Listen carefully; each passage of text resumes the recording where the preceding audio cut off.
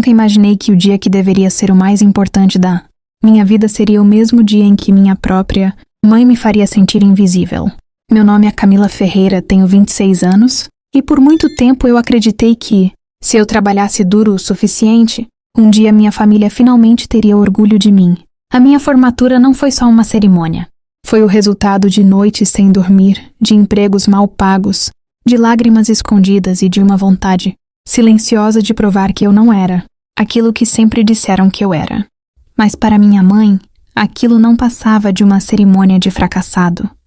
Eu ainda lembro da mensagem dela naquela manhã, curta, fria, cruel de um jeito que nem parecia real. Ela disse que não viria. Disse que perder tempo com aquilo não fazia sentido. Que pessoas como eu não chegavam a lugar nenhum de verdade. E mesmo assim, eu fui. Sentei naquela cadeira, olhando ao redor, vendo famílias inteiras aplaudindo, chorando, celebrando. E o meu lugar estava vazio, como sempre esteve. Mas o que ninguém ali sabia, nem mesmo minha mãe, era que aquela não era a única conquista que eu estava carregando naquele dia. Debaixo daquela beca simples, existia um segredo que mudaria tudo. Um segredo que, semanas depois, faria minha família inteira bater na minha porta. Não por amor, mas por interesse. E quando isso aconteceu, eu não era mais a mesma garota que eles ignoraram. Agora me diz uma coisa. Se você estivesse no meu lugar, você ainda convidaria sua família depois de tudo isso? Depois da formatura, eu não voltei para casa chorando. Não naquele dia. Eu já tinha chorado o suficiente em silêncio, em quartos vazios, em noites onde ninguém perguntava se eu estava bem. Naquela noite, eu voltei para um pequeno apartamento alugado em São Paulo, sentei no chão da sala ainda com a beca e fiquei olhando para o celular na minha mão. Nenhuma mensagem. Nenhuma ligação. Como se aquele dia nunca tivesse existido para eles. Mas existiu para mim. E mais do que isso, foi só o começo. O que minha mãe não sabia era que, meses antes da formatura, eu já estava construindo algo em segredo. Algo que eu nunca contei para ninguém da minha família. Porque, no fundo, eu sempre soube. Eles não acreditariam até ser tarde demais. Eu comecei com um projeto simples. Trabalhando online, aprendendo sozinha, errando, recomeçando. Enquanto eles me chamavam de perda de tempo, eu estava criando uma fonte de renda que crescia a cada semana. No dia da minha formatura, eu já tinha fechado meu primeiro grande contrato. Um contrato que valia mais do que tudo que minha família já tinha investido em mim durante anos.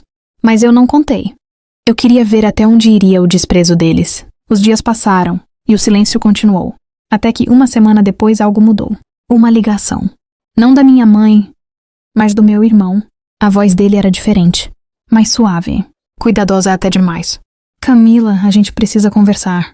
Naquele momento eu entendi. Eles finalmente descobriram. E de repente, eu deixei de ser a filha fracassada. Virei uma oportunidade. Agora me diz, você atenderia essa ligação ou deixaria tocar até parar? Eu deixei o telefone tocar por alguns segundos antes de atender. Não por dúvida, mas por controle. Pela primeira vez na minha vida, eu queria que eles esperassem por mim. Nem que fosse por um instante.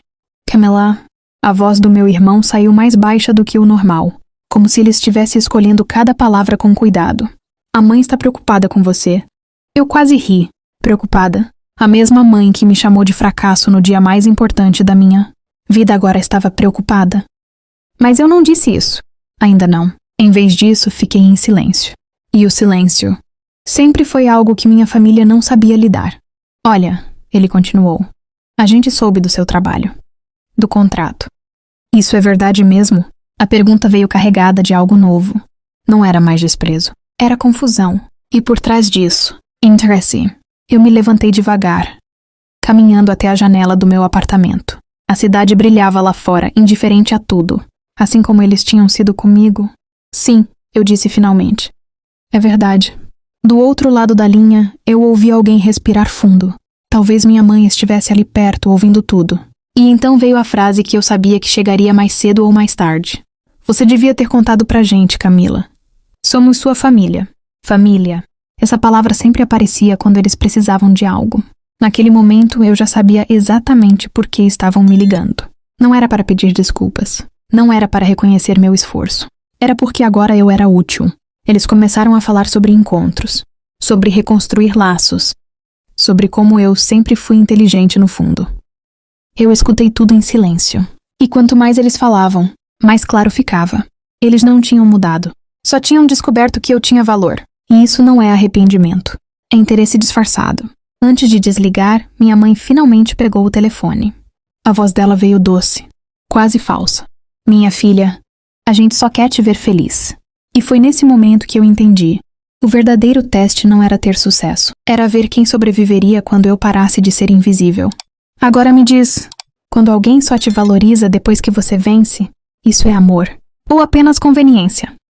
Depois daquela ligação, algo dentro de mim não voltou a ser o mesmo. Não era raiva pura. Era clareza. Uma clareza fria, quase silenciosa. Como se eu finalmente estivesse enxergando minha própria história sem o filtro das mentiras, que me contaram a vida inteira. Nos dias seguintes, eles começaram a aparecer mais. Primeiro foram mensagens, depois chamadas, depois tentativas de visita casual. E em cada uma delas, a narrativa era sempre a mesma. Arrependimento tardio misturado com interesse disfarçado. Estamos com saudade. Você mudou tanto. Estamos orgulhosos. Família precisa ficar unida. Mas, curiosamente, ninguém disse desculpa. Eu não respondi como antes. A versão de mim que implorava por atenção naquela mesa de jantar já não existia mais. Agora eu observava. E eu aprendia. O contrato que eu tinha assinado, meses antes da formatura, finalmente começou a mostrar seu verdadeiro impacto. A empresa com quem eu trabalhava me promoveu rapidamente, depois dos resultados que entreguei. Em poucos meses, eu já não era apenas uma funcionária remota. Eu estava liderando projetos internacionais. E então veio a parte que eles não esperavam. Eu fui convidada para um evento em que meu nome seria anunciado publicamente como uma das jovens profissionais de destaque na área. Quando isso saiu online, minha mãe foi a primeira a ver. Eu soube disso porque no mesmo dia, a casa onde eu cresci virou palco de pânico disfarçado de orgulho. De repente, eu não era mais a filha que fracassou. Eu era a filha talentosa. E isso mudou tudo para eles. No dia em que finalmente decidiram me visitar sem avisar, eu não estava mais sozinha nem insegura. Eu estava exatamente onde eu queria estar. Quando abriram a porta do meu novo escritório em São Paulo, um espaço pequeno, mas elegante, conquistado com meu próprio dinheiro, eles entraram com sorrisos ensaiados. Mas eu não me levantei rápido, não sorri de volta. Só olhei. E pela primeira vez, eles sentiram isso. O desconforto de não terem controle sobre mim. Minha mãe tentou falar primeiro, mas eu a interrompi com calma. Vocês não vieram aqui por orgulho, eu disse. Vocês vieram porque agora eu valho alguma coisa. Silêncio. Pesado. Real. E foi nesse silêncio que tudo desmoronou para eles. Eu não precisava gritar. Não precisava discutir. O poder estava no fato de que eu não precisava mais deles. Antes de eles saírem, eu finalmente entendi algo simples. A maior vingança não é destruir alguém.